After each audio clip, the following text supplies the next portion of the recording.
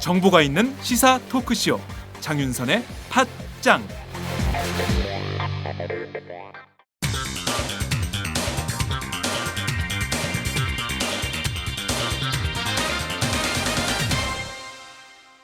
전혀 다른 뉴스. 전혀 다른 뉴스 시작하겠습니다. 새누리당 친이명박계 핵심이자 당내 개혁 블록을 형성했던 정두원 의원 그리고 정태근 전 의원이 최근 잇따라 언론에 쓴소리를 퍼붓는 등 또다시 당내에서 새로운 혁신 재개 움직임을 보이고 있어 주목을 받고 있습니다.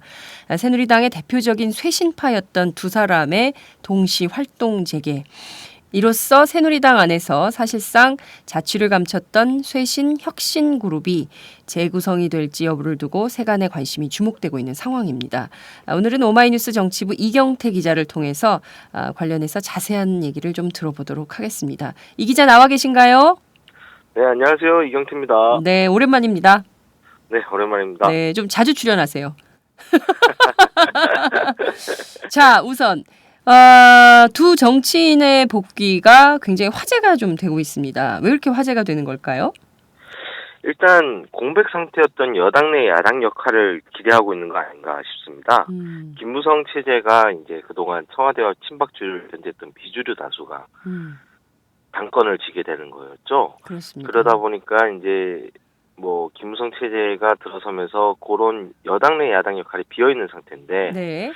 김무성 당대표도 전당대회 당시에는 할만하는 당대표를 자임했다가 뭐 여러 가지 현안 볼 때 그 말을 지키지 못하고 있습니다. 네. 김문수 위원장이 이끄는 보수혁신특위도 마찬가지로 좀 질이 멸렬하고요. 그렇죠. 그리고 가장 큰 근본적인 이유는 19대 국회 들어서 새누리당의 소장파가 좀 모래알같이 흩어져 버렸습니다. 그러니까요. 16대 국회에서는 맞습니다. 미래모임, 17대에서는 수요모임, 18대에서는 민본 21 이렇게 소장파 그룹이 있었거든요. 네. 그런데 6월 지방선거 거치면서 남경필 원희룡도 빠지고 네. 그리고 이제 뭐 경제민주화 실천 모임도 약간 좀 흔들리는 상태였습니다. 이런 네. 상태에서 정정 브라더스가 들어온 거죠.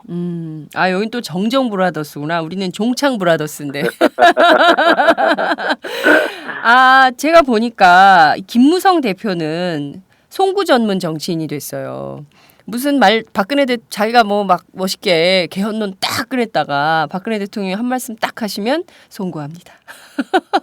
그래서 기자들 사이에 송구 전문 정치인이 됐다 이런 평가를 받고 있는데 실제로 소장파의 경우도 제가 최근에 국회를 이렇게 다녀보면 이분들이 주로 국회 건너편에 카페 되게 많지 않습니까? 네. 그 카페에서 주로 커피숍에서 정치를 하시더라고. 주로 거기서 3, 4모 모여가지고 무슨 얘기를 그렇게 하시는지 주로 국회보다는 저는 국회 밖에서 카페에서 그분들을 자주 만나는 이런 상황이에요. 자, 그런데 이 두 사람은 이명박 정부 당시 개국공신 아닙니까? 그래서 대표적인 친이계로 분류가 좀 되고 있는데 일단 지금은 좀 친박이 주류를 형성하고 있으니까 그리고 이제 좀 연세가 많으신 고연령의 친박이 핵심이다 보니까 상대적으로 지금은 그 친이계가 뒤로 밀려나서 이분들이 좀 그동안 활동이 더 주춤했던 것이 아니냐 이런 분석도 있는 것 같은데 어떻게 보십니까? 일단 두 사람은 친이계와 결이 좀 다르죠. 18대 총선 앞두고 이명박 전 대통령 친형인 이상득 전 의원의 불출마를 요구한 50부인 중 한 명이었고, 네. 그리고 대선 이후에도 뭐 이상득 의원이라든가 왕차관인 박영준 전 차관 등과 뭐 정권 실세와 맞서 왔어요. 네. 그러다 보니까 그 MB 쪽에서도 이들 좀 가혹하게 다뤘습니다. 2012년 민간인 사찰 사건 당시에 네네.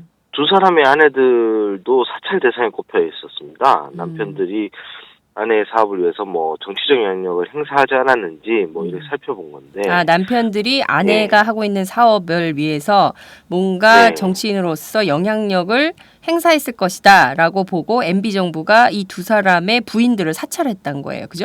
네, 그렇죠. 네. 그래서 이들은 사실 친이 친박으로 분류하는 건 사실 좀 의미가 없고요. 아이고 의미 약간 없다. 독립군, 독립군 정도의 뭐 좀 다른 성격이라고 해야 될까요? 네. 기존 개파 성격 내에서는. 네. 그러니까 실제로 당내 그룹을 좀 지어보자면 이분들이 친박도 친이도 아닌 어찌 보면 새누리당 그러니까 보수정당 안에서 나름대로 혁신, 개혁적 정치를 해보려고 노력하는 돌격대오 이런 사람들로 봐야 될까요? 그러면?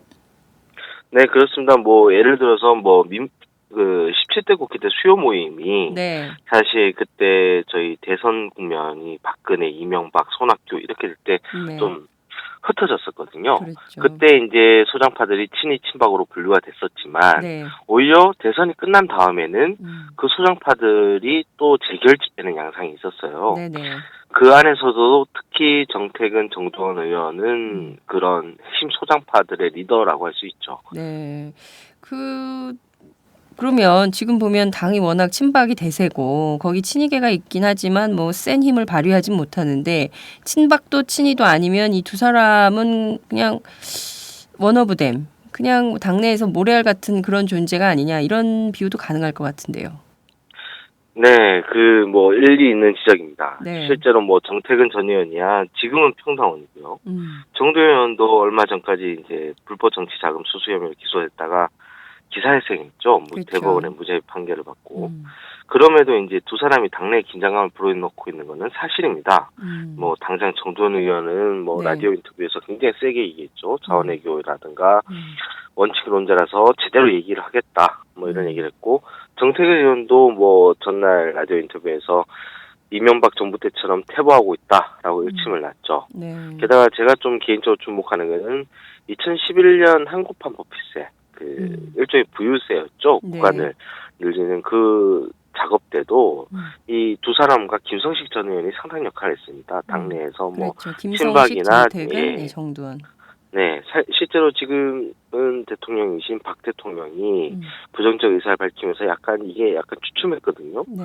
이 상황에서 정두원, 정택은, 김성식 등이 그 당내는 물론 야당 의원들까지 전방위적으로 설득에 나선 거예요.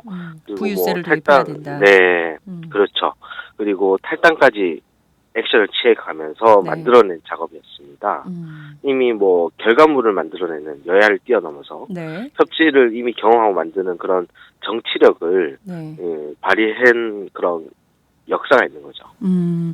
그러면 사실 이 두 사람이 지금은 사실 굉장히 평당원이고 이제 대법에서 무죄 판결 받은 지 이제 한 나흘 정도 됐나요? 21일이니까 얼마 되지도 않고 그래서 지금은 사실상 드러나지 않는 아주 작은 존재이지만 정택은 의원은 지역위원장 선거에서 지역위원장이 되고 또 정두원 의원은 무죄 판결을 받았으니까 앞으로는 이분들의 역할에 상당히 큰 주목을 해도 되겠다.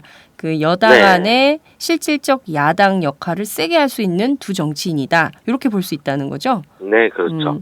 자, 그런데 정택은 전 의원의 경우에 예결위에서 감사원 감사부터 해야 된다. 그게 무슨 얘기냐면 지금 문제가 되고 있는 사자방 국감 관련해서요. 특히 이제 자원외교 관련해서는 지금 감사원 감사부터 해라. 이런 얘기를 했어요. 그러니까 정두원 의원에 비해서는 조금 정택은 의원이 더 보수적인 이런 느낌을 받거든요.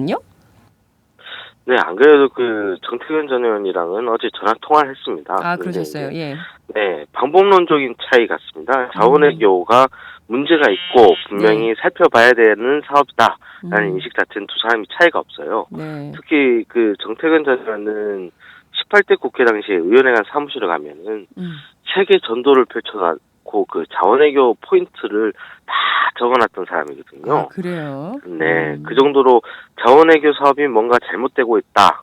그리고 그러니까 이명박 제대로 가야 정부 된다. 당시에. 네, 그렇죠. 이명박 정부 네, 당시부터 예. 정택은 전 의원은 자원외교에 문제가 있다고 보고 그때부터 그렇죠. 국회의원으로서 자기가 이 자원외교의 문제점을 집중적으로 팔려고 세계 전도를 사무실에 걸어놓은 거예요. 그죠? 네, 그렇죠. 실제로 자원외교를 주도했던 사람이 이들과 굉장히 이제 척을 졌던 이상득 전 의원이라든가 박영준 차관 등이거든요. 네. 그래서 정택은 의원이 실제로 카메룬 다이아몬드 강산 비리 사건은 그랬죠. 밝혀냈고요. 맞습니다. 네네. 네, 이것도 사실 정택은 전 의원이 그 애결위원인데 당시 그 감사원 감사를 청구하는 과정에서 네. 당에서는 막았다는 겁니다. 청와대도 당연히 이게 마땅치 않았고 네네. 당의 입장에서도 이거를 수용하기 힘들었는데 네. 그때도 정태근 의원이 탈당을 거론하면서 뚝심을 발휘해서 밀어붙여서 결국은 만들어낸 거거든요. 정태근 의원이 볼 때는 지금 야당이 주장하는 정도로는 뭐 지금 뭐 최경환 부총리가 얘기하듯이 네네. 이거 뭐 사업은 언제나 손해 볼 수도 있고 뭐 이런 자원은 또 유동이 그런 원가 유동이 크기 때문에 뭐 이럴 수도 있고 저럴 수도 있다. 이런 네네. 논쟁 정도로 그치는 수준에 그치니까 아. 아예 확실하게 감사원 감사를 의결을 시켜서 그 범죄적 행위를 밝혀내는데 주력해야 된다. 오. 이런 설명입니다. 그러니까 뭐 정치적으로 사자방 국정조사를 해라 마라 이렇게 말싸움할 게 아니라 실질적으로 범죄적 행위를 밝혀내려면 감사원 감사를 해야 된다 이런 주장인 거라는 거죠? 네, 저도 개인적으로 좀 야당이 네. 좀 귀담아 들었으면 하는 주장이에요. 네. 왜냐하면은 여당 내부도 지금 약간 좀 애매하거든요. 이게 친이 친박이 집안 싸움으로 갈 수 있는 문제라서 네. 실제로 그 화요일 날 원내대표 주례회동 때 네네. 우윤근 원내대표 새정치민주연합 우윤근 원내대표는 사자방 국정조사를 세게 얘기하겠다 하고 들어가서 실제로 합의 과정에서는 전혀 그런 얘기가 나온 게 없어요. 그래서 뒤늦게 확인해 보니까 안규백 원내수석 부대표가 네. 새누리당 쪽에서 시간 감명분을 좀 달라라고 얘기를 했다는 겁니다. 그 얘기를 들어보면은 여당 지도부도 우선순위 문제가 있을 뿐이지 네. 자원외교 사업이라든가 이런 거 할 필요성은 있다라고 생각을 한다는 얘기거든요. 이게 너무 터무니없으니까요. 예, 그렇죠. 그래서 만약 감사원 감사 청구가 의결이 된다면 그리고 그 결과가 정말 국정조사에 대해 사안이 된다면은 스무스하게 모든 과정이 진행될 수 있지 않을까라는 개인적 생각입니다. 근데 이제 우리가 감사원 감사를 계속 지켜봤는데 감사원도 사실 정부의 그 내용을 제대로 잘 못하기 때문에 이 방법이 없는 측면도 있을 것 같아요. 그러니까 이게 다 신뢰의 문제이긴 한데 감사원이 제대로 감사를 했으면 무슨 사자방 국조 이런 얘기 나오지도 않았겠죠. 제대로 안 되니까 이런 문제가 계속 정치적 논란만 있고 실질적 범죄적 행위는 전혀 밝혀내지도 못하고 뭐 이런 상황으로 가는 건데요. 자, 여하튼 지금 뭐 그 사자방 국조는 뭐 그런 정도로 하고 다음 기회에 또 자세하게 나눠보도록 하고요. 앞으로 이 사람들 어떻게 움직일까요? 그 정태근 전 의원 지금 뭐 국회의원이 아니고 아까 뭐 새누리당 평당원으로 이제 다시 복당을 한 상황인 건데 당시에 같이 탈당했던 분이 있어요. 앞서 말씀하셨던 김성식 전 의원. 이분은 그 한때 안철수 지금 전 새정치민주연합 대표의 그 대통령 후보 시절에 같이 활동도 했고 이랬던 분인데 이분들이 뭔가 좀 새로 세를 규합해서 새로운 방식의 정치를 할 가능성 그런 것은 없나요? 가능성은 있죠. 그렇지만 이제 시점이 중요한데요. 네. 아무래도 내년이 되지 않을까 싶습니다. 왜냐하면은 현재 중앙당에서 각 지역구에 조직위원장 심사를 하고 있는 중이에요. 네. 정태근 전 의원은 선부급 조직위원장에 공부를 한 상태고, 네. 그러니까 이 심사가 끝날 때까지는 아무래도 당 지도부나 청와대에 각을 세우는 목소리를 크게 내기는 좀 어려울 것 같고요. 정도현 의원도 지금 현재 뭐 연말 국회가 이렇게 가는 상황에서 네네. 뭐 목소리를 세게 내기는 힘들 것 같습니다. 특히 정도현 의원도 내년 상반기 이후에 해고록을 내기로 돼 있지 않습니까? 네네네. 그러다 보니까 이런 기점들을 생각할 때는 아무래도 내년이 본격적으로 두 사람들이 정치 전면에 나설 것이다. 왜 이런 내년이라고 생각이 보시는 거예요? 게다가 두 사람 모두 다 이제 제가 전화 통화하니까 1, 2주 정도는 시간 달라고 하더라고요. 이게 정기국회 마무리되는 시점이거든요. 네네. 그리고 내년이 되면은 정권 후반기가 됩니다. 아무래도 이제 그렇죠. 미래 권력과 여당 내 야당 역할이 중요해지는 때죠. 이 미래 권력인 뭐 김무성 대표라든가 김문수 뭐 지금 현재 뭐 다른 인사들도 목소리를 낼 수 있는 시점이 되고 네. 그리고 여당 내에서도 쇄신 목소리가 당연히 총선을 앞두고 커질 수밖에 없는 시점입니다. 네. 개인적으로는 또 내년 5월에 치러지는 원내대표 경선이 기회가 될 수 있다고 보거든요. 네네. 최근에 이제 시중에 놔두는 이완구 총리설이 있습니다. 그렇죠. 예, 정치권 지금 안에 현재- 파다하던데요. 다음 네네. 총리 이완구다. 예. 이완구 원내대표가 총리로 가게 된다면 네. 내년 5월에 돼 있는 원내대표 경선이 당겨지게 됩니다. 네네. 그러면은 지금 현재 이주영 해수부 장관과 유승민 의원 간의 이제 2파전으로 그렇죠. 관측이 되는데 네. 이 재밌는 거는 이주영 장관이 정도현이 구치소에 있을 때 면회를 자주 갔어요. 아 그래요. 네. 게다가 정 의원이 감옥 생활 중 기억에 남는 인물로도 이주영 장관을 꼽았습니다. 그 세 번째 면회 온다고 하셔서 제발 오지 말라고 그러셨다. 그래요. 예. 그런 얘기를 했어요. 그러면은 원내대표 경선이라는 게 당내 세를 좀 규합하는 그런 성격이 있지 그렇죠. 않습니까? 네. 그러다 보니까 이 경선을 계기로 해서 당내 쇄신 블록이 새롭게 형성될 수 있지 않을까 내다봅니다. 네. 그래서 이제 정두원 정태근과 경제민주화 실천 모임 그룹 네. 그리고 당 밖에서는 남경필이라든가 원희룡의 지원 사격 뭐 이런 그림이 그려질 수 있죠. 네. 이주영 장관을 꼭지점으로 해서 뭐 이렇게 네. 얘기하는데 사실상 유승민 의원도 지금 그 친박 의원 대표적인 박근혜계 의원인데 지금은 뭐 그래도 유승민 의원 더 세지 않겠어요? 당내에서는? 그렇죠. 유승민 의원도 확실히 그 친박이긴 하지만 네. 지금 최근 행보를 보면 탈박에 가깝죠.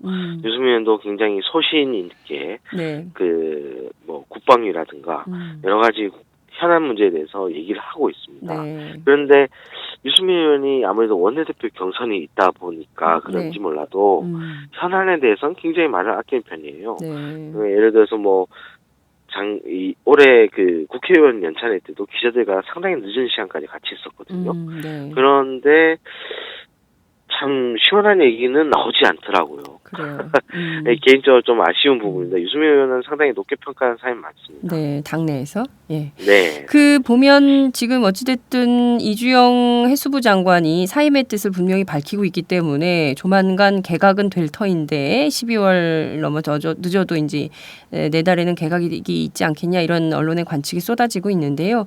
관련해서 앞으로 그 새누리당 원내대표 경선 이것도 주목해서 봐야 될 포인트가 아닌가 이런 생각이 좀 듭니다. 자, 그러면 앞서 쭉 우리가 얘기했던 이 새누리당 안의 쇄신 블록 이것이 형성이 된다면 그 꼭대기 구심점은 누가 될까요?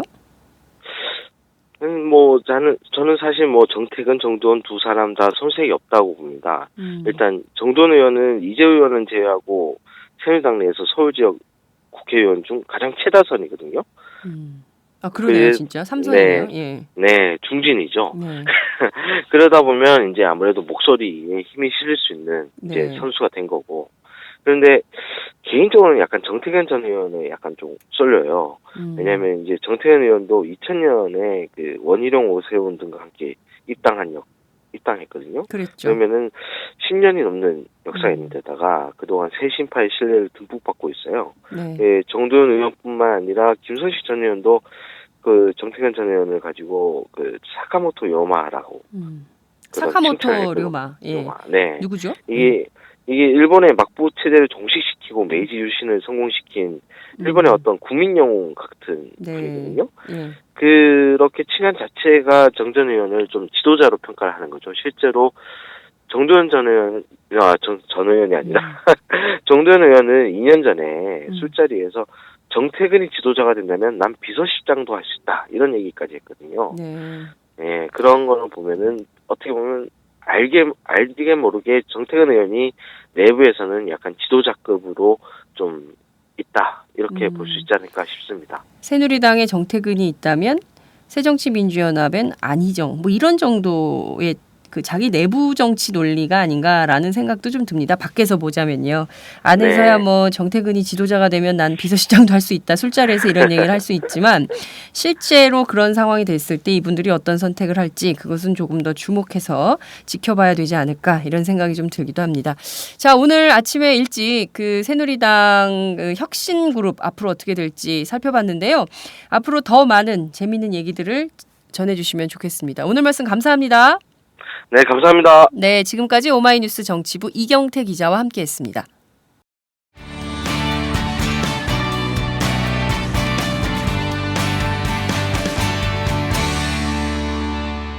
지금 여러분은 장윤선 기자의 팟짱을 듣고 계십니다.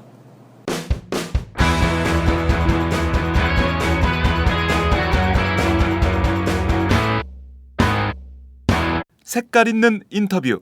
색깔 있는 인터뷰 시작하겠습니다. 정부가 내달 비정규직 종합 대책을 발표할 것으로 알려져 있는데요. 이 가운데 기획재정부가 비정규직 대책에 따른 기업 부담을 줄여주는 차원에서 정규직에 대한 해고 요건을 완화한다라는 내용을 검토 중인 것으로 확인이 됐습니다. 사회적 논란이 굉장히 커지고 있는 상황인데요. 이번에 정부가 정규직 고용 유연성에 손을 대면 외환위기 직후인 1998년 정리해고법이 도입된 이후에 16년 만에 처음이 되는 것입니다. 오늘 팟짱은 국회 환경노동위원회에서 활동 중인 우원식 새정치민주연합 의원을 만나서 기재부의 속뜻이 정확하게 무엇인지 그 속내를 좀 정확하게 들여다보도록 하겠습니다. 의원님 어서 오세요. 네, 안녕하세요. 우원식입니다. 네, 팟짱 처음 출연이세요. 네. 네, 그토록 원했는데. 자, 오늘 전국의 2,500만 노동자들과 뜨거운 연대의 목소리로 세게 가열찬 인사 한 말씀 부탁드립니다. 네, 아주 요즘 세상 살기가 어렵습니다. 우리 노동자 중에 비정규직 노동자가 이제 600만이라고 하는데 실제 임시 일용직 노동자까지 하면 1,000만 시대입니다. 그리고 간접 고용 비정규직 노동자가 그중에 거의 절반에 가깝게 육박을 하고 있고요. 그렇다고 해서 정규직 노동자들이 마음 편하게 지낼 수 있냐? 그렇지도 못한 세상인 것 같습니다. 그렇지만 우리가 힘을 모아서 정말 정규직이 우리 경제를 이끌어가는 주축의 한 축으로 제대로 쓰기 위해서는 노동자들이 일할 수 있는 권리, 일한 만큼 대가를 받는 세상을 만들기 위해서 우리가 힘을 모아간다고 저는 생각하고 그런 점에서 우리가 노동자들의 힘을 모으는 그리고 함께 힘을 단결하는 정규직과 비정규직이 함께 잘 살아갈 수 있는 그런 사회가 새로운 대한민국이다 이렇게 생각하고 여러분들과 함께 힘을 모아가겠다는 그런 인사로 여러분께 처음 이야기를 시작하겠습니다. 여러분 만나 뵙게 해서 반갑습니다. 네, 살짝 집회 같아. 노동절 집회 같아요. 좋습니다. 자, 우선 정부가 내달 이제 얼마 안 남았어요. 다음 주인데 비정규직 종합대책 발표를 앞두고 있어요. 노동부 장관이 언론에 인터뷰도 하고 막 그러시던데 주요 골자 어떤 게 좀 마련이 좀 되고 있는 건가요? 지금 이제 비정규직의 가장 큰 문제가 고용의 불안정성, 그렇습니다. 그다음에 근로조건의 문제 이 두 가지잖아요. 네네. 그래서 근로조건 문제에 있어서 비정규직이 뭐 좀 더 나은 방향으로 네. 해보겠다 이제 이런 건데 아직 구체적인 안은 나와 있는 건 없고요. 네. 특히 요즘 이제 간접 고용 대책들이 많이 논의가 되고 있으니까 고용 승계를 할 수 있는 그런 뭐 제도적인 그 장치를 마련해 보겠다든지 네. 그리고 임금 문제에 있어서도 개선을 좀 해보겠다 하는 대체적인 안들을 이야기하고 있는데 네. 아직 구체적으로는 안을 내놓은 게 없어서 네. 저희들도 좀 지켜보고 있습니다. 네. 지금 정부가 사실은 국민을 불안하게 하면 안 되는데 이 정부는 끊임없이 보육으로 또 노동으로 그 국민들의 삶을 불안하게 해서 정말 답답한 상황인데요. 비정규직 종합대책 무엇인지 안개만 스멀스멀 피워놓고 구체적인 내용은 나오지도 않은 가운데 느닷없이 기획재정부가 이 비정규직 대책을 세우려다 보니 기업 부담이 더 생기니까 이걸 좀 덜어줘야 되겠다. 그런 차원에서 정규직에 대한 해고 요건을 완화하는 방안을 검토하고 있다. 이런 내용이 나왔습니다. 네, 어떻게 하겠다는 겁니까? 글쎄 이제 24일 날 기재부의 과장이라고 보도에는 나와 있는데요. 비정규직 종합대책을 이야기하는 자리에서 비정규직 처우 개선과 정규직의 고용의 유연성을 균형을 맞추겠다 이런 이야기를 했어요. 네. 참으로 깜짝 놀랄 만한 일인데 그렇죠. 구체적으로는 정규직 해고에 대한 절차적 요건을 완화하겠다. 이런 내용을 지금 논의 중이다 이렇게 이야기를 했습니다. 네. 근데 그거에 앞서서 그 최경환 경제부총리가 네. 정규직에 대한 과보가 너무 심각한 상태다. 정년 60년까지 늘어난 상황에서 과연 이렇게 과보가 심각하면 누가 정규직을 채용하겠냐 네. 이런 이야기를 해서 계속하고 있었죠. 예, 과장이 한 얘기를 뒷받침하고 있는데요. 네. 참 그래서 이게 비정규직의 보호 대책을 내놓는 줄 알았더니 그것 때문에 생기는 기업의 부담을 정규직의 고용을 유연하게 그 정규직을 오히려 쉽게 자르고 또는 고용 조건을 악화시키는 방법으로 문제를 해결하겠다 네. 하는 그런 생각을 내놓은 것 같거든요. 네. 근데 사실 이렇게 기재부가 그러니까 노동부는 지금 전혀 그 노동부는 비정규직 종합대책 준비를 하고 있는데 기재부는 비정규직 그 대책 마련에와 동시에 투트랙으로 정규직도 자유롭게 해고할 수 있는 방안을 검토한다면 굉장히 정규직도 비정규직화하려는 의도가 정부에 숨어 있는 게 아니냐 이런 생각을 하게 되는데요.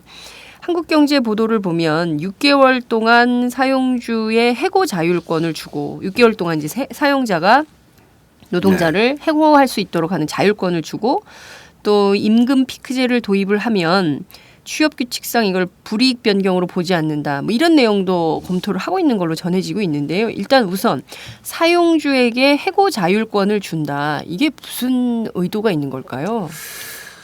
그 한국경제 기사에 뭐 그런 내용들이 났는데 네네. 그 독일의 해고 제한법 이런 네. 게 있거든요. 네네. 근데 그거를 인용하면서 한 건데 이거는 내용이 뭐냐면 네.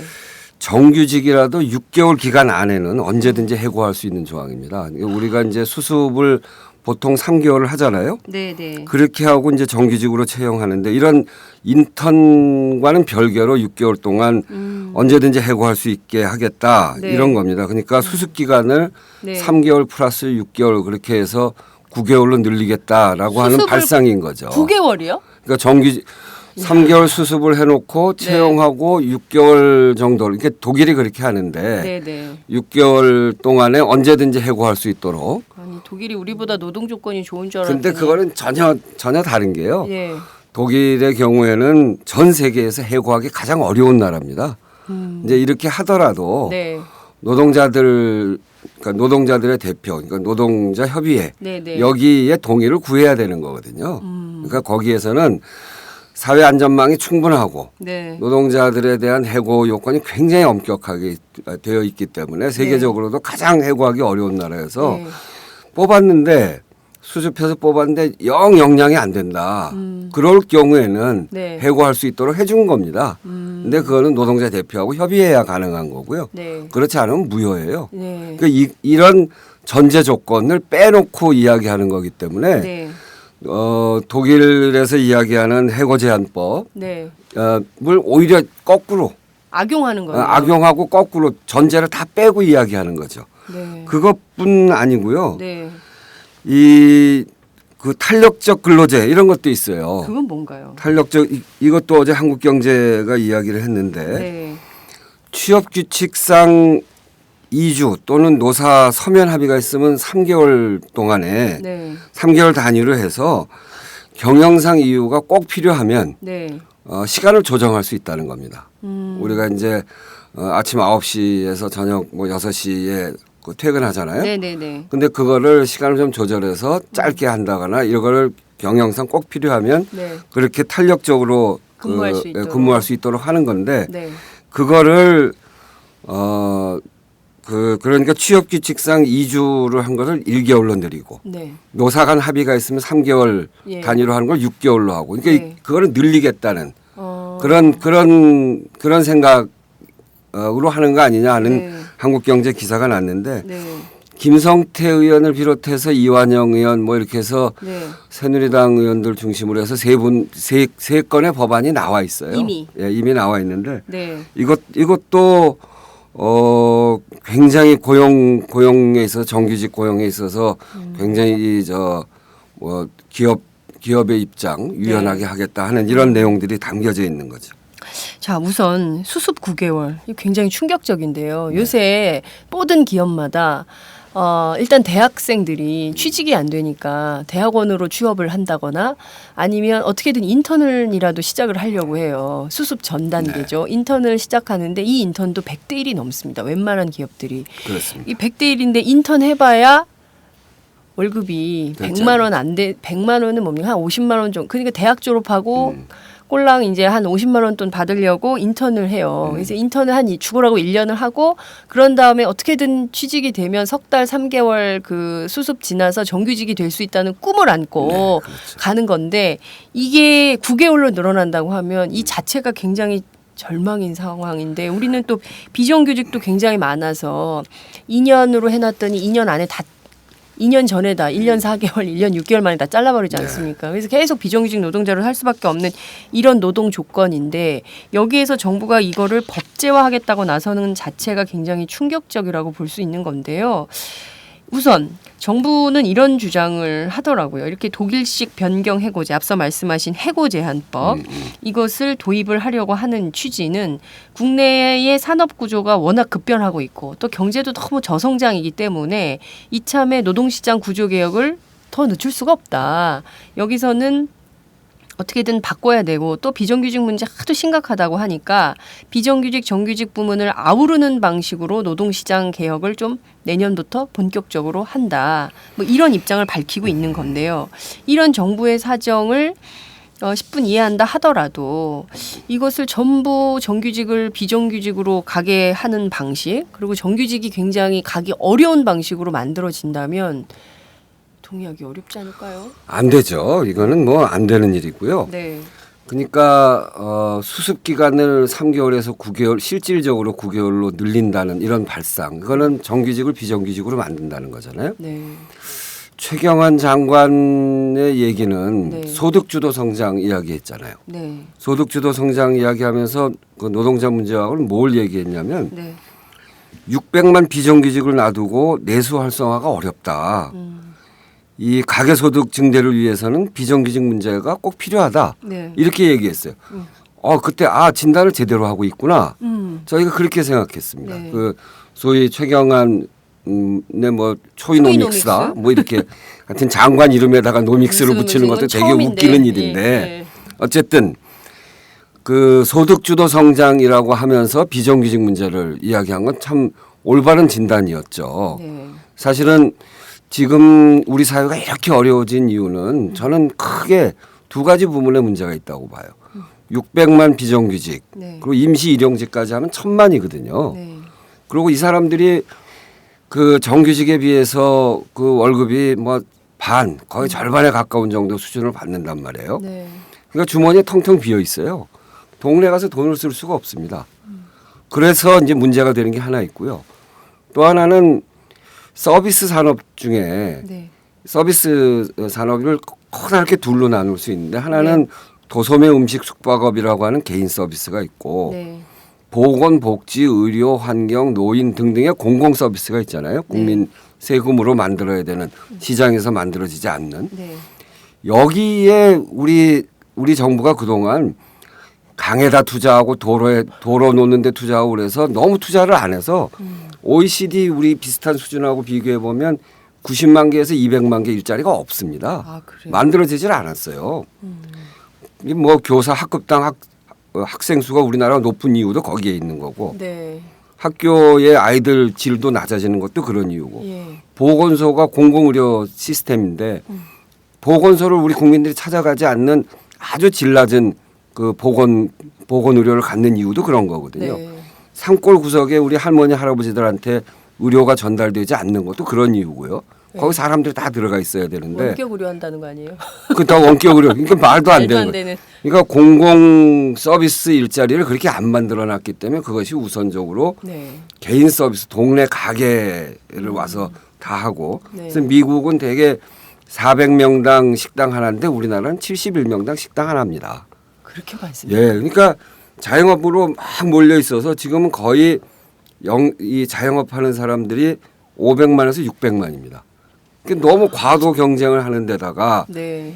이 천만이 넘는 비정규직 주머니 텅텅 빈 사람들 동네 장사가 안 되거든요. 돈 쓸 돈이 없어요. 그러니까 내수가 완전히 무너지는 겁니다. 네. 누구는 세월호 때문에 그렇다고 이야기하는데 세월호보다 더 악화됐잖아요. 지금 지표가. 그러니까 세월호 때문이라고 이야기하는데 실제 어려운 거는 네.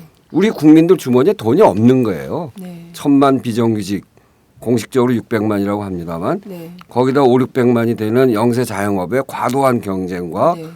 돈 쓸 사람이 없어서 동네 장사가 안 되는 이유 때문에 굉장히 어려워져서 소득주도 성장이라는 게 맞는 거죠. 네. 그렇게 하려면 비정규직 문제를 풀어주겠다고 하는 최경환 장관의 이야기는 맞는 이야기인데 네. 그 얘기는 뭐냐면 비정규직의 처우를 개선한다는 거는 기업들이 그만큼 부담한다는 걸 전제로 하고 있는 겁니다. 네. 이 비정규직 주머니가 두둑해지려면 정말 역대 최고의 사내 보유를 갖고 있는 대기업에서부터 비정규직 처우를 개선해서 국민들 안에 돌아가는 돈을 늘려줘야 되는 네. 일인데 예. 지금 이거는 기업의 부담은 늘리지 않고 정규직을 깎은 만큼 비정규직에게 주겠다는 거 아닙니까? 그렇죠. 여기에서 중요한 거는 기업이 부담하지 않겠다는 거예요. 비정규직의 이 처우를 개선하는 함에 있어서 네. 비정규직의 대책을 세우는 데 있어서 정부는 네. 기업한테 부담이 되지 않는 방식으로 하겠다. 예, 예. 그러니까 정규직이 좀 양보해라. 정규직의 양보를 토대로 해서 그만큼 비정규직을 늘려주겠다. 그 얘기는 다른 말로 하면 소득 주도가 안 되는 거죠. 그렇죠. 어차피 정규직에게 가든 비정규직에게 가든 우리 노동자들한테 가는 총량은 그대로 유지시킨 채 네. 여기에서 정규직에서 비정규직으로 옮기겠다는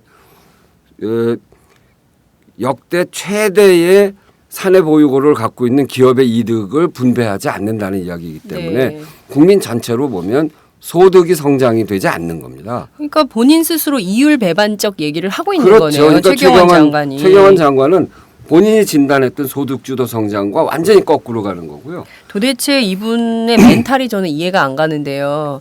그 정상적인 멘탈이라면 그 소득주도 성장을 위한 기반 마련을 당연히 해야 되는데 말씀하신 대로 역대 최고로 사내유보금을 쌓아놓고 그래서 사내유보세도 하자고 했던 것 같아요. 최경환 장관이. 근데 이제 그거 정부 반대로 못 하고 있는 상황인 건데 이것도 이번에 어떻게 될지 지켜봐야 되겠습니다만 여하튼 지금 최경환 장관이 기업의 부담은 주지 않으면서 결국 노동자들끼리 나눠 먹어라. 정규직 거 뺏어서 비정규직 주는 방식으로 해결하려고 한다면 이거는 도저히 그냥 그렇게 합시다라고 받아들이기 굉장히 어려운 것 같은데요. 받아들일 수 없죠. 네. 그래서 이미 이제 어제 일부 신문에 보도가 되고 네. 한국노총이나 민주노총에서 이건 뭐 도저히 받아들일 수 없다. 이건 오히려 근로자 우리 사회 노동자들의 전체 권리를 후퇴시키는 것이고 네. 비정규직을 대책한다고 하면서 정규직과의 대립만 시키려고 하는 네. 그런 음모가 있는 거 아니냐. 네. 그래서 이건 받아들일 수 없고 이것에 대해서는 전면적인 거부한다 이런 성명들이 이미 나왔고요. 그러니까요. 그래서 이거는 오히려 갈등만 크게 일으킬 일입니다. 근데 왜 이렇게 저는 이제 이 얘기를 좀 해보고 싶은 건데요. 박근혜 대통령의 국정과제예요. 박근혜 대통령이 정리해고 요건을 강화하겠다 강화하자. 네. 이런 얘기를 이미 하지 않았습니까? 네. 그런데 대통령은 이런 입장을 이미 밝혔는데 기재부가 이런 식으로 나오면 결과적으로는 박근혜 대통령의 뜻을 최경환 장관이 역행하겠다는 것이냐 이렇게 볼 수도 있을 것 같거든요. 이 점은 어떻게 보십니까? 글쎄 이제 작년 2월달 인수위원회에서 국정과제를 정하면서 네. 그러니까 그 박근혜 대통령직 인수위원회잖아요. 그렇죠. 그러니까 박근혜 대통령이 국정과제로 정한 거죠. 그렇습니다. 거기에서 명백하게 업무 재조정과 무급휴직 이런 판례상 해고 요건을 강화하는 것들을 법률로 해서 이것을 강화하겠다. 네. 이렇게 분명하게 얘기를 했어요. 네. 그럼에도 불구하고 최경환 장관이 이렇게 얘기하는 것. 최경환 장관이 친박의 핵심이잖아요. 그렇습니다. 대통령의 의중을 너무나 잘 아는 분이고. 그렇죠. 근데 그분이 그렇게 이야기를 했다면 대통령이 국정과제를 통해서 해고 요건을 강화하겠다라고 네. 하는 것에 반기를 드는 건 아닐 거예요. 저는 최경환 장관이 그런 정도의 반기를 들 정도의 배짱이랄까 그런 분은 아니라고 그래요? 봐요. 워낙 그렇게 가까운 같이, 사이니까 예. 그 박근혜 대통령의 입장을 잘 반영하는 네. 분이잖아요. 그런 점에서 반기는 아닐 거고 네. 오히려 박근혜 대통령께서 대통령 선거 때 경제 민주화 이야기하다가 지금은 경제민주화 이야기 전혀 안 하시잖아요. 그렇죠. 경제 활성화 이야기하고 경제민주화는 끝났다고 이야기하지 않습니까? 예.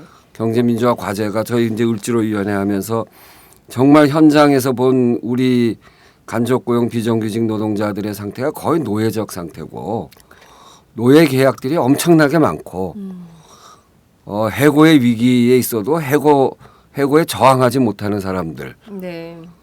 그러고 고용 문제에 있어서 너무너무나 불안정하고 거의 최저임금도 못 받으면서 네. 다니는 사람들이 많음에도 불구하고 그 문제는 다 뒤로 제쳐져 있단 말이에요. 네. 그러면서 저희는 이제 요즘 대통령 하는 것, 최경환 장관이 하는 것을 뭐라고 얘기하냐면 카지노믹스라고 그래요. 카지노믹스. 네, 도박 경제한다. 그거는 도박 경제. 실제로 뭐 초이노믹스가 아니라 카지노믹스. 예. 확 와닿는데.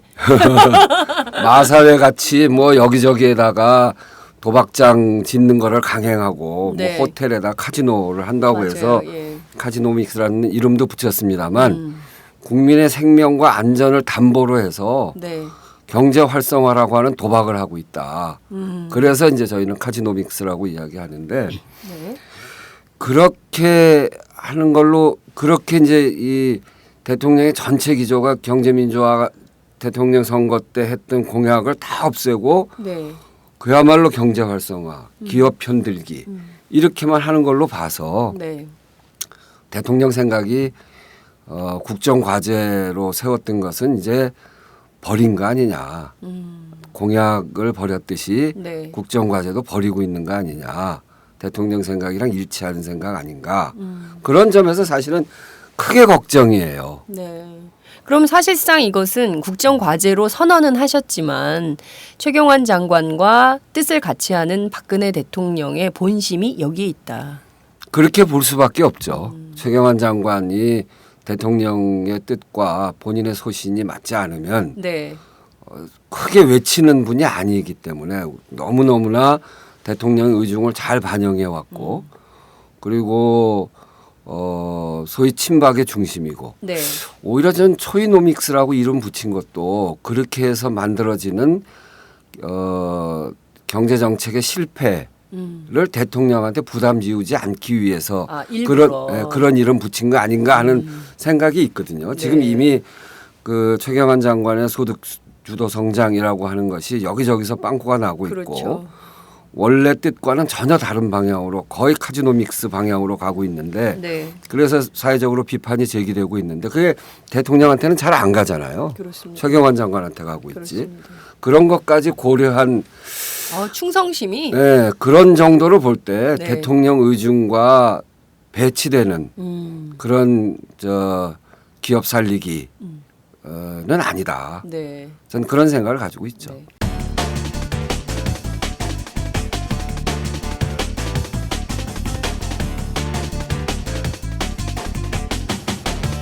장윤선의 팟짱. 최경환 장관이 기업에 부담을 주지 않는 방식으로 노동자들에게 책임을 보육 예산 그 지방 정부에 떠넘기게 하듯이 마찬가지로 기업의 부담은 안 주면서 정규직 노동자들한테 비정규직 노동자의 짐까지 같이 떠넘기려고 하는 이런 행태, 이것은 결과적으로 보면 박근혜 정부도 이명박 정부와 마찬가지로 기업의 논리, 어떤 기업의 그 이익 추구 이런 네. 관점에서 그냥 그 핸들링 되고 있는 것이 아니냐. 그러니까 기업 논리에 따라서 그냥 춤추는 게 아니냐. 그렇게 볼 수밖에 없죠. 기업들이 그동안 계속 해왔던 것 정리해고를 하는 데 있어서 정리해고 요건을 완화시켜달라. 완화시켜달라는 게 아주 끊임없는 요구잖아요. 네. 우리 근로기준법이 제대로 만들어지고 난 이후에 네. 원래는 기업이 정말 이 도산할 정도의 그런 긴박한 사유 네. 에만 정리해고를 할 수 있게 돼 있었어요. 그게 근데 이제 그거를 98년 IMF 거치면서 그거를 긴박한 사유, 경영상 긴박한 사유 이렇게 네. 바꿨단 말이에요. 그러면서 굉장히 많이 해고가 됐죠. 지금 1년에 공식적으로 정리해고된 사람들이 38만 명이라잖아요. 38만 명. 네, 38만 사실상 명인데 52, 네. 52, 53부터는 거의 실업자예요. 그렇죠. 38만인데 그 38만도 허수가요. 네.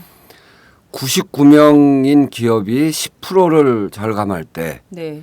그때 고용노동부에 신고하게 돼 있거든요. 그러니까 신고된 사람이 38만 명이라는데 네. 이를테면 99명인 회사가 9명을 정리해고할 때 신고 안 해도 되는 거죠. 그러니까 신고되지 않은 경우를 합치면 더 많이 늘어난다는 얘기네요. 그한 7, 80만 명 된다고 보는 겁니다. 이제 그만큼 이게 완화가 돼 있는데 네. 그럼에도 불구하고 더 완화해 달라는 거예요. 이번에 그거를 그대로 반영한 게 네. 쌍용 자동차 대법원 판결이죠. 그 쌍용 자동차 대법원 판결은 미래에 일어날 수 있는 일까지 감안해 줘야 된다. 이렇게 판결한 거잖아요. 그렇죠. 정말 분통 터지는 일이죠. 저는 어떻게 그 기업은 그렇게 할 수 있지만 정부나 법원이 그렇게 할 수 있는지 정말 통탄할 지경입니다. 근데 그런 정도까지 와 있는데 그런 것들을 이제 정부가 법제화하겠다 하는데 네. 앞장서고 있는 거거든요. 그 기업의 이익을 그대로 대변하고 있는 거죠. 그 의원님 말씀하시면서 쌍용차 판결 말씀하시면서 눈가에 눈물이 그렁그렁 하시는데 다들 분노하는 대목인 것 같습니다. 저도 이 취재를 하면서 도대체 어떻게 된 정부가 사실 사람을 살펴야 되는 거 아닙니까? 정부가 그래서 있는 거고 국가가 그래서 존재하는 거고 약한 사람을 살피기 위해서 우리의 세금 그래서 내는 건데요. 그런데 노동자 걱정은 안 하고 전부 기업 걱정만 하는 상황인 거죠. 정부가 왜 이렇게 기업 이윤만 걱정을 하는 것인지. 저는 우리가 정치하는 이유도 그렇고 네. 국가가 있는 이유도 그런 거거든요. 말하지 못하는 국민들을 말할 수 있게 해주는 것. 네. 국민들이 흘리는 눈물을 닦아주는 것. 네. 이게 정부가 해야 될 일이고 정치가 해야 될 일입니다. 그걸 뭐 오바마가 한 말이기도 하고 네. 인디라 간디가 말한 이야기이기도 해요. 그 네. 이야기가. 그게 원래 정부 정치의 기본 임무예요. 기본 임무. 네. 근데 지금 대법원 판결도 그렇고 쌍용 자동차 그 오랜 기간 동안 그 복직을 하기 위해서 부당해고고 네. 그런 과정에서 수많은 사람들이 그 억울함 때문에 자살도 하고 그 생을 달리했잖아요. 네. 그런 과정을 다 겪었음에도 불구하고 대법원에서 사용주의 판단이 맞다. 그리고 그것은 지금은 아니라고 하더라도 네. 미래에 그런 일이 일어날 수도 있다는 것까지 가만히 되져야 된다. 이렇게 이야기하면 아무 때나 아무렇게나 잘라도 된다는 거죠. 이 일하는 사람들, 자기 살림을 책임지는 사람들한테 해고는 사형입니다. 그렇습니다. 어느 날 갑자기 직장을 잃으면 네. 어떻게 살 수가 없죠. 살 수가 없죠. 우리 다 마찬가지잖아요. 네. 근데 그것을 그렇게 쉽게 판단하는 것에 대해서는 정말 분노하지 않을 수 없고요. 네. 저는 제가 이제 그 인권위원회를 굉장히 좋아하는 사람인데 꼭 필요하다. 국가인권위원회. 예, 네. 그렇게 생각했는데 네.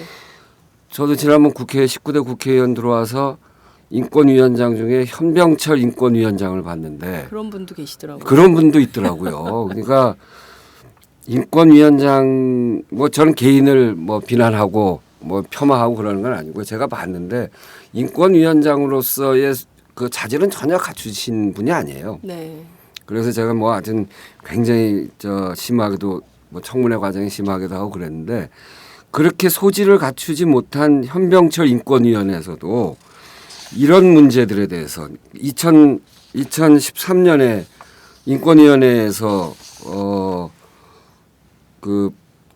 발표를 했는데 거기에서도 긴박한 경영상 필요에 대한 정의를 명확하게 해라. 네. 이거를 마음대로 사용할 수가 있기 때문에 요건을 분명하게 밝히는 것이 우리 국민들의 인권을 지키는 데 필요하다. 네, 네. 그렇게도 이야기를 했고요. 예. 해고자의 회피를 피하기 위한 노력. 네.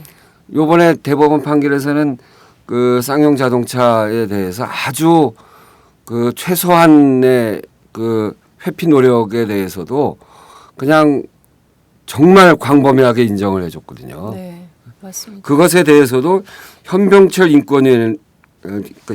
인권위원회조차도 네네. 기업별 사정은 다 다룰 수 있지만 가능한 일반 원칙을 정해서 법제화해라. 그리고 이거를 3년 내에 그 정리해고된 사람의 업무를 3년 내에 사람을 다시 고용할 경우에는 그 사람 쓰게 하는 제도가 있죠. 예. 그 부분에 대해서도 네. 같은 업무로 하지 말고 관련이 있는 업무로 해라. 그렇게 해야 최소한의 인권을 보장할 수 있다. 네. 이렇게 현병철 인권위원회에서 그렇게 이야기를 했어요. 그런데 대법원은 현병철 인권위원회조차도 못한 판결을 했고요. 지금 정부는 그것을 법제화하려고 하는 그런 정도의 내용을 법제화하려고 하는 그런 정부이기 때문에 너무너무나 화가 나는 거예요. 이건 도저히 용납하고 우리가 받아들일 수 없는 겁니다. 이건 뭐 노총이어서가 아니라 네. 이 노동자들의 권리를 지키는 일은 아까도 이야기했습니다만 네. 소득주도 성장을 전반적으로 해치는 일이고 우리 내수 경제를 다 죽이는 일이고 네. 우리 경제를 죽이는 일이기 때문에 우리 지금 골목골목에 있는 장사하시는 분들 문 닫은 사람들이 많거든요. 많죠. 이 문제가 별개 문제가 아니고 세월호가 아니고 네. 바로 이런 소득주도 성장이 안 되기 때문이고 네. 소득주도 성장이 안 되는 데는 비정규직이 이렇게 양산돼 있고 제대로 월급을 못 받고 주머니가 텅텅 비어 있기 때문에 동네 와서 밥도 못 사 먹고 물건도 못 사는 거고 그렇습니다. 그것 때문에 동네에 있는 장사가 안 되고 자꾸 문을 닫으니까 자영업이 무너지는 거고요. 그러니까 저는 박근혜 정부가 온 국민을 장발장을 만들려고 그러나 이런 생각이 드는 거예요. 그러게요. 예, 이렇게 주머니가 텅텅 비고 오래 가면 밥은 먹어야 되고 배가 고픈데 장발장이 안 될 수가 없는 거죠. 이런 상황에서 어떤 정치인은 이거 진짜 이러다가 강남만 잘 살고 나머지 전부 못 살게 되면 이거 밀란 날 것 같아라는 얘기를 하시더라고요. 근데 저는 그게 현실화되는 걸 기다리는 건가 이런 걱정마저 생깁니다. 자, 의원님께서는 그 국회의원이시기도 하셨던 최경환 장관하고 수시로 또 통화를 상임위 때문에 하시는 걸로 알고 있는데 고용대책 관련해 가지고 우리나라는 정규직에 대한 과보가 심하다 이런 얘기를 하셨어요. 그리고 정년이 60살까지 늘어나 가지고 누가 어떤 기업이 정규직을 뽑겠냐 이런 말씀을 서슴없이 장관이 하셨는데 도대체 최경환 장관의 진심은 어디 있는 겁니까? 저희가 이제 그분이 처음에 소득주도 성장하겠다라는 선언에 대해서는 찬동을 했지만 지금 이런 말을 막 하고 있는데 도대체 이분의 멘탈은 어디에 있는 건지 최경환의 진심 어디에 있습니까? 어떤 얘기를 주로 하세요? 전화 통화하시면? 전화 통화는 많이는 못 하고 뭐 가끔 이야기하고 네. 예결위에서 이야기하고 네. 굉장히 달라요. 어떤 게 다르다는 건가요? 그러니까 지금 최경환 장관 일반적으로 하는 대로 네. 정규직 과보가 심하다고 생각하는 거예요. 실제로. 그리고 이렇게 정규직 과보가 심하면 어느 기업이 정규직을 쓰겠냐 이렇게 이야기해요. 그러니까 사석에서도요. 그냥 그런 이야기 공사석 하죠. 가림 없이. 이게 본인의 생각이 그런가 봐요. 그리고 왜 아파트 사는 것도 네. 지난번에는 뭐 그런 비슷한 이야기도 하셨죠. 월세로 전환 오히려 지금 월세로 전환 전세값이 막 올라가니까 월세로 가잖아요. 네, 반전세도 많고 뭐 그렇게 월세도 막 하고 그렇게 가잖아요. 네. 그게 월세를 내면 자기 수익에서 막 상당한 부분 네. 한 뭐 20-30%를 월세로 매달 내야 되는 그런 부담을 우리 국민들이 다 안게 되는 건데 네. 그것도 월세로 전환해야 되는 시대다 이렇게 이야기를 그냥 하는 거죠. 그래서 국민들의 삶에 대해서는 제가 보기에는 이게 소득주도 성장을 이야기했습니다만 국민들의 삶이 어떤지 제대로 못 보고 있는 것 같아요. 지금 사실은 얼마 전에 아파트 경비 노동자 한 분이 네. 분신을 해서 돌아가셨고 또 C&M 노동자가 프레스센터 옆에 고공시위하고 있죠. 전광판에 올라와서 고공시위하고 있잖아요. 그날 가서 저도 그런 얘기를 했는데 우리 사회의 비정규직들, 카트에서 나오는 비정규직 노동자가 이런 얘기를 해요. 아니 그 사람이 이제 이게 막 해고되고 뭐 이런 과정에서 문제 제기가 올라오니까 아니 반찬값 벌러 나온 분들이 뭘 그럽니까 이렇게 얘기하니까 카트 노동자 한 분이 생활비 벌러 나와요. 우리 반찬값이 아니고 생활비 벌러 나와요. 네, 이렇게 얘기해요. 맞아요. 예. 그게 우리 사회, 우리 정부의 그 생각을 그대로 반영하고 있는 겁니다. 맞습니다.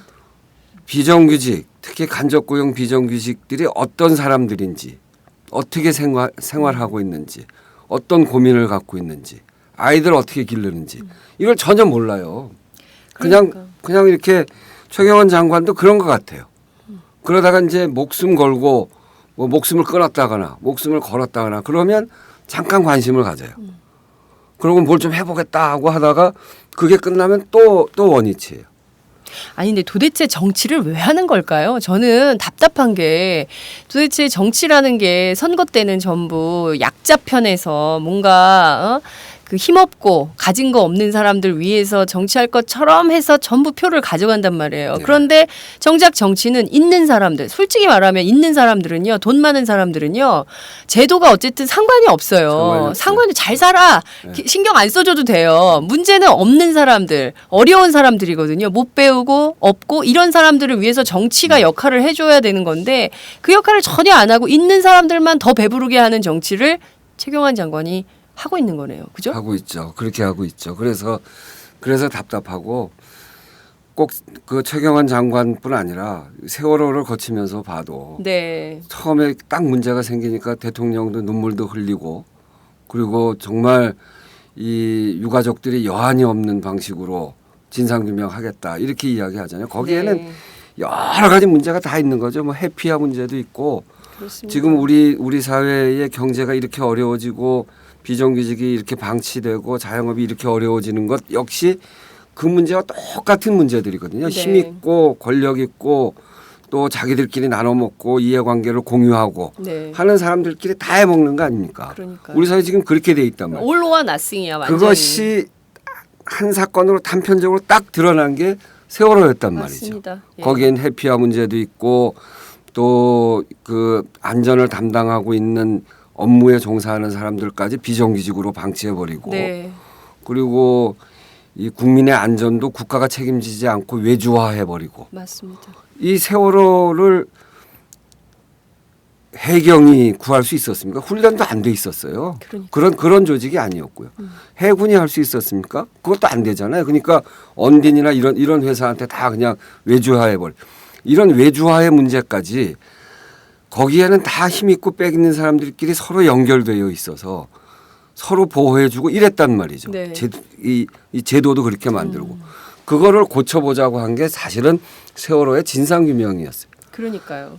그런데 그게 문제가 그렇게 본질적인 문제로 들어가게 되니까 이 정부가 어떻게 했습니까? 그거를 막고 진상규명 못하게 하고 그러니까요. 이 세월호 가족들의 요구를 돈이나 바라는 그런 심지어는 집단으로. 시체팔이 뭐 이런 얘기까지 정말 이거는 인륜을 망각한 집단들이죠. 그렇게까지 이야기해 가면서 이 사람들을 사회적으로 매장시켜가는 과정이었잖아요. 아주 무서운 사람들이에요. 네. 그런 측면에서 보시면. 그런 사람들이 지금 정권을 담당하고 있는 주체 세력이고 무서워요, 그분들. 그 주변에 이렇게 있는데 무섭죠. 걱정입니다. 무서운데 네. 결국 이제 거기에 맞서서 권력을 바꾸겠다고 하는 사람들이 그 나머지 그렇게 피해보고 있는 사람들에게 신뢰를 제대로 받고 있는가라고 네. 하는 게 우리들한테 주어져 있는 과제고 그렇습니다. 이런- 그래서 새정치민주연합이 좀 잘했으면 좋겠어요. 이런 욕 먹어도 일들을 되시죠. 이런 일들을 겪으면서 새정치민주연합의 정체성, 새정치연합의 방향 이런 네. 것들을 다시 생각해보고 정말 제대로 잡아야죠. 네.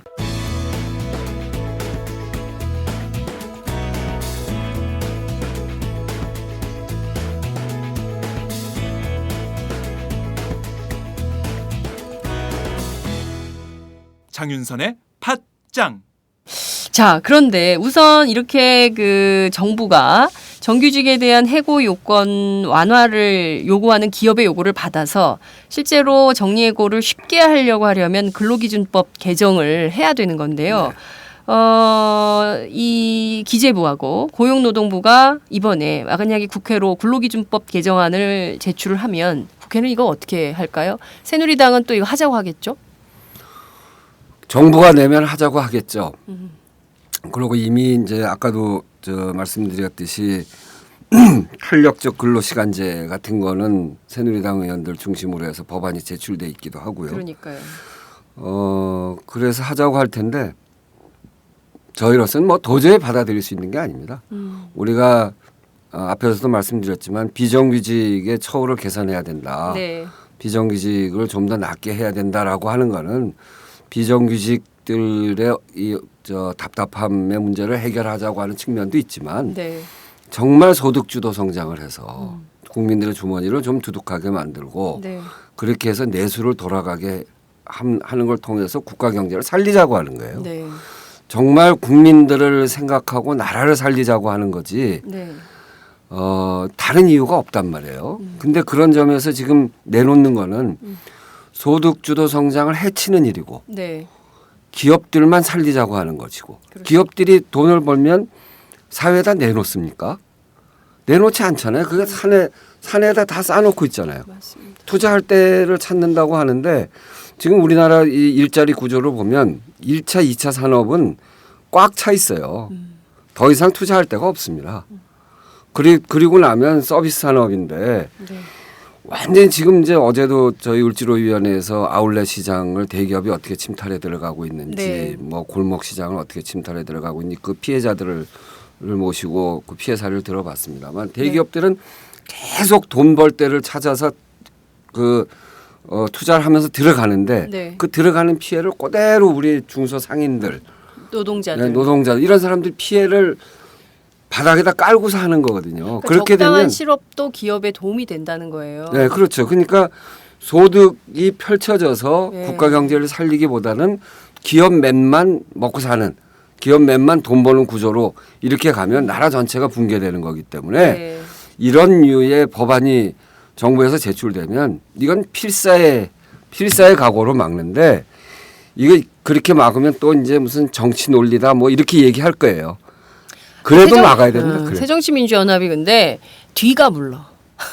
귀가 안 물르게 할 거예요. 그러니까 매번 저도 이제 국회에서 취재를 해보면 세게 붙어서 정말 이제 꼭지를 따야 되는데 항상 보면 마지막에는 이렇게 타협의 정치, 의회주의 이런 게 나서면서 잘 안 돼서 하여튼 저는 딴 건 몰라도 이것은 노동계가 가만히 있을 사안이 아니기 때문에 민주노총 또 한국노총 이렇게 조직된 노동자들이 집단적 반발을 하게 될 때 그때 정부가 이것을 어떻게 받아들일지 이것도 좀 중요한 관전 포인트 중에 하나이고요. 새누리당도 어쨌든 그분들이 다 유권자들이기 때문에 어떤 선택을 할지 봐야 될 것 같다라는 생각이 좀 듭니다. 저희가 어느덧 시간이 다 됐는데요. 이 얘기는 좀 꼭 좀 해야 될 것 같아서 몇 말씀 좀 여쭙도록 하겠습니다. 앞서 잠깐 말씀을 해주셨는데 압구정동 신현대 아파트요. 여기 그 경비 노동자 한 분이 지난 6일인가요? 끝내 네. 이제 숨지셨는데 이 109명 전원 해고 통지를 했다. 그런데 입주자 대표회에서는 아직 결정된 바 없다. 이런 식으로 이제 언론에는 그렇게 얘기를 하고 있어요. 근데 이분들은 그 민주노총에 확인한 바에 따르면 다 받았다는 거거든요. 12월 31일자로 집단 해고 통지를 받았다라는 것인데 이건 어떻게 해야 됩니까? 일단은 이제 좀 지켜봐야 됩니다. 이제 입주자 대표회의에서는 그 기존 업체와 계약이 끝나기 때문에 통상적으로 하는 거다. 네. 해고 통지를 보내는 거다 이렇게 얘기하는 건데 좀 지켜보긴 해야 되는데 그럼에도 불구하고 이 얘기는 뭐냐면 근로자 고용 승계 의무 조항이 계약서상에 없다는 이야기예요. 그러니까 이게 용역 회사를 통한 간접 고용된 노동자들이잖아요. 그렇죠. 그러니까 지금까지 이런 간접 고용된 노동자들이 1년마다 계약을 하고 그때마다 매번 잘립니다. CNM도 그렇잖아요. 예, 거기도 마찬가지죠. 네. 그리고 용역회사 계약이 변경하면 다 같이 이게 그냥. 다 같이 잘리고 그러기 때문에 예. 정부에서도 이건 너무 지나치다 이렇게 생각해서 고용승계 의무 조항을 넣어라 이렇게 네. 권고하고 있어요. 네네. 이제 그래서 여기저기서 그런 조항들은 넣기 시작을 했습니다. 근데 네. 이제 여기는 그게 없다는 건데 일단은 노동부에서 여기에 불법적인 요소가 없는지 위법적인 요소가 없는지 특별근로감독까지를 검토하고 있는 것 같아요. 네. 그걸 지켜봐야 되는데 저희들도 이제 계약서를 좀 더 봐야 되겠습니다. 여기 혹시 그런 고용 승계에 노력해야 된다라든지 네. 15년 동안 해온 분들이기 때문에 네. 이것을 광의로 해석을 하면 고용 승계를 해줘야 되는 이렇게 해석할 수도 있거든요. 그래서 네네. 그런 부분과 같이 일단은 봐야 될 거고요. 근본적으로는 이분들이 이제 감시 단속적 근로자 이렇게 돼 있어요. 감시? 감시 단속적 근로자. 그거 어떤 겁니까? 그게 뭐냐면 왜 경비 있잖아요. 경비. 네. 아무런 일을 하지 않고 뭐 지키는 사람. 네. S1 같은. 네, 그렇지. 그러니까 지키는 사람. 예. 그 거기에는 감시하는 업무만 부과되기 때문에 네. 이 뭐 신체적인 육체적인 노동이나 이런 게 들어가지 않고 그러면 근로 강도가 굉장히 낮기 때문에 네. 그거는 최저임금법 정하면서 예외 조항을 뒀어요. 감시 단속적 근로자는 그 최저임금 적용하지 않아도 된다. 네. 이게 이제 85년인가 법을 만들면서 그렇게 해놨거든요. 네. 그래서 그 1985년이요. 예. 근데 이제 그렇게 하면서 차츰차츰 그래도 최저임금인데 최저임금이라는 게 무슨 높은 임금 주는 게 아니잖아요. 그렇죠. 정말 생존할 수 최저인데. 있는 최저임금인데 네. 이거를 유예시키면 되냐 이런 논의도 있고 해서 2005년부터 최저임금을 주기로 했어요. 네. 그렇게 만들었는데 최저임금 준다니까 그게 이제 임금이 올라가잖아요. 그러니까 그렇죠. 결국 그 아파트 단지 안에 사는 사람들의 관리비 문제가 되니까 네. 동대표회의에서 그 올라가는 만큼 줄이겠다. 그래서 대량 해고의 문제가 생겨날 수 있기 때문에 네. 그걸 2012년으로 유예를 시켰다가 그거를 다시 2012년에 가니까 또 그 문제가 생겨서 네. 차츰차츰 네. 네. 80% 90% 이렇게 네. 해서 올해까지 90%였는데 네. 2015년 3년 유예하면서 2015년에는 100% 하게 하겠다. 네. 예. 이런 예. 거란 말이에요. 아. 그래서 100%가 된 건데 네. 여기는 또 무슨 문제가 있냐면 감시 단속적 근로자로서 맞냐. 감시 단속적 근로자이기 때문에 여러 가지 근로기준법 최저임금법에서 적용해 놓은 거는 다른 노동 강도가 별로 없기 때문인데 네. 아파트 경비원 우리 동네 다 있습니다만 네. 청소하죠.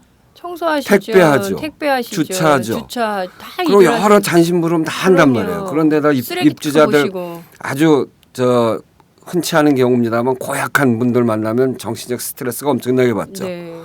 이렇게 하면 거기에서 조사를 해봤더니 감시 업무 때문에 생기는 스트레스가 한 23%밖에 안 돼요. 그러니까 굉장히 이 고령자들 대개 이제 연세가 60세 많으신 넘어가시는 거죠. 네. 분들이 하는데 중노동이에요. 그러니까 감시 단속적 근로자라고 하는 규정에 안 맞게 돼 있는 겁니다. 네. 이제 그래서 해 드려야 되는데 그리고 이제 법적으로도 이미 그렇게 돼 있고요. 네, 네. 근데 이게 이제 입주자 부담으로 오니까 입주자 대표회의에서 줄이겠다는 생각이 있고 또 용역회사는 그 관리비를 더 받으면 자기들이 잘릴지 모르니까 사람을 미리 자르는 수도 생기고 네. 그러니까 용역회사가 줄이는 거죠. 네.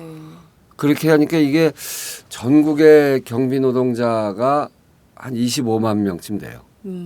근데 올해 최저임금의 90%에서 네. 내년 최저임금이 오르거든요. 네.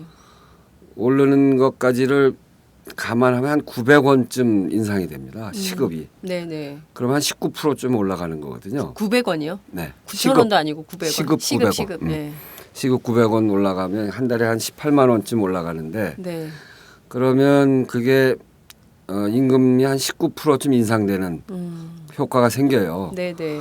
그러니까 전체 19%니까 한 5분의 1 정도 줄이면 관리비 올리지 않고 하는 거거든요. 아. 그러니까 한 5만 명 정도가 해고될 가능성이 있어요. 야, 그러니까 이거 대량 큰 문제인 거죠. 그러네요. 그래서 그거에 대해서 한편으로는 네. 고령자 지원금을 정부가 줍니다. 그 올해 이제 그 만료되는 건데 네. 그거를 만료시키지 말고 연장하자. 그 노인 일자리 만들기 위해서 국민이 세금을 내서 네, 네. 그 노인 일자리를 만드는데 이미 있는 노인 노인 일자리인데 그거를 거기다가- 지원할 수 있는 충분한 이유가 되고 네. 또 하나는 보통 마을에 이 치안을 유지하는 경찰 있잖아요. 네. 청소해주는 환경미화원 있잖아요. 그렇습니다. 근데 아파트 안에는 그런 일을 일상적으로 하는 게 아니란 말이에요. 그렇죠. 아파트가 하고 예. 있지. 그러니까 그거를 경비원이 하고 있거든요. 그런 점에서 보면 경찰과 환경미화원 역할을 대신하고 있기 때문에 네. 마을에 지원해 주듯이 아파트에다 지원해 줄 수 있는 네. 그런 근거를 만들 수 있죠. 그런 등등 해서 지원을 하자고 우리가 이제 주장을 하고 있어요. 저희 새정치연합 네, 네. 을지로위원회에서. 예. 근데 이제 정부가 내년에 23억을 늘리겠다고 그랬어요. 23억. 근데 그렇게 해가지고는 5만 명 중에 한 3천 명밖에 혜택을 못 받아요. 네. 그래서 그거는 완전히 언발의 오줌 넣기식이고. 그러니까 4대강 예산 엉뚱한데 안 쓰. 4대강 예산. 네? 그다음에 방위산업. 뭐 자원외교, 방위산업. 4대강 예산만 해도 내년에 수자원에 이자 주는 거 등등 다 하면 한 6, 7천억 돼요. 그러니까요. 이 엉뚱한데 돈 그런 쓰느라고 거는 정작 할 때를 돈을 못 쓰고 이러고 있으니 이 나라를 이걸 어떻게 하면 좋을지 얘기할수록 답답함만 커져서 정말 속상합니다. 저희가 진짜 우리가 잘해야죠. 그러니까 우리가 잘해야 되는데 잘못해서 잘 좀 하셔. 예. 잘하겠습니다. 예. 저희가 오늘 이 아침에 꼭두 새벽부터 노동 현실에 대해서 쭉 살펴봤는데요. 정규직, 비정규직, 온 나라가 세월호다 이런 생각이 좀 듭니다. 여하튼 국회 안에서 좀 더 가열차게, 뜨겁게 더 노동 좋게는 못해줄 망정 지금보다 더 나빠지지 않도록 제발 좀 힘써주시기 바라고요. 끝으로 한 말씀 부탁드립니다. 네, 그 이제 제가 위원장하고 있는 새정치민주연합의 을지로위원회가 현장을 가봅니다. 근데 비정규직들, 특히 간접 고용돼 있는 비정규직들, 영세 자영업자, 그리고 이제 본인이 하는 그 본인 사업을 하는 분들은 그래도 나은데 대리점 가맹점으로 해서 대기업에 들어가신 분들, 또 대형 쇼핑몰 이런데 대형 마트 여기에 들어가 있는 노동자들이나 입점업체들 굉장히 어려워져 있고요. 본인들의 권리를 주장하면 쫓겨날까 봐 말도 못하는 상태여서 이 문제를 해결하지 않으면 안 된다. 정말 노예 계약 없애고 노예적인 상태를 풀어야 된다. 이게 현대판 노예들입니다. 네. 근데 그 숫자가 너무너무 많아져서요. 이제는 노예와 주인 이렇게만 남는 세상이 될 것 같아요. 근데 이제 그것이 간접 고용 비정규직의만의 문제가 아니라 우리 국민 전체의 문제가 돼 가는 거죠. 이미 돼 가고 있고 왜 이렇게 먹고 살기가 어려워졌지? 이렇게 말씀하시는 국민들 지금 대부분 다 그래요. 그건 바로 이유가 그겁니다. 네. 이유가 왜 그런지 몰라서가 아니라 나라 살림이 어려워졌나? 아니면 경기가 왜 이러지? 이렇게 얘기하는 분들의 핵심은 이렇게 대기업들만 잘 살고 대기업들만 돈 벌 수 있는 구조를 만들고 대부분의 사람들은 그 속에서 허덕이게 만드는 그런 구조로 짜여져 있기 때문에 그렇거든요. 정부는 계속 대기업들 편만 들고 거기에 요구들만 들어줘 간단 말이죠. 그래서 저희는 정말 국민 전체가 잘 사는 나라를 만들지 않으면 대한민국의 미래가 없다. 이건 비정규직 문제가 아니라 국민 전체의 문제로 지금 변해 있고 국민 전체의 문제를 저희 새정치민주연합이 정말 정신 똑바로 차려서 해야 된다 이렇게 생각하고 저희 을지로위원회 했던 방식으로 정말 현장을 찾아다니고 그분들의 목소리를 듣고 그분들의 말씀을 법으로 만드는 이런 노력을 정말 가열차게 하겠다 하는 결의를 밝히니까. 네, 제가 국회 출입하면서 그 새정치민주연합 을지로위원회 위원님들 볼 때마다 제가 고개를 잘 못 들었어요. 눈을 잘 못 마주치고. 왜냐하면 기자들도 잘 못 가는 현장을 기자가 없어도 늘 가서 활동을 하시더라고요. 보면 늘 기자회견 하실 때 보면 진짜 눈물 없이는 들을 수 없는 사연들을 갖고 늘 이제 기자회견을 하세요. 그래서 저분들을 지키는 게 되게 중요하다라는 생각을 했는데 새정치민주연합 을지로위원회 함께 팟짱도 우리나라에 정말 눈물 흘리는 많은 분들과 함께하도록 하겠습니다. 오늘 말씀 정말 감사합니다. 네, 고맙습니다. 네, 감사합니다.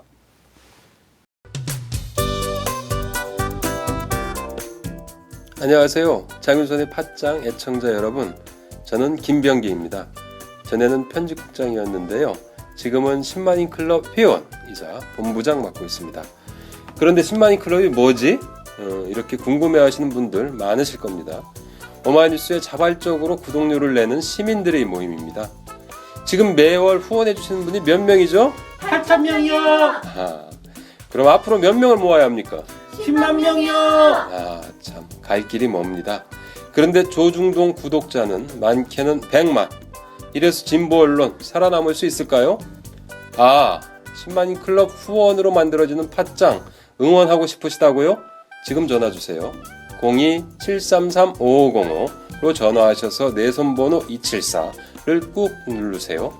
오마이뉴스 기사의 모든 기사 하단에 동그란 주황색 배너를 누르셔도 됩니다. 여러분들의 참여로 팟짱이 웃음소리 더 커질 수 있습니다. 감사합니다.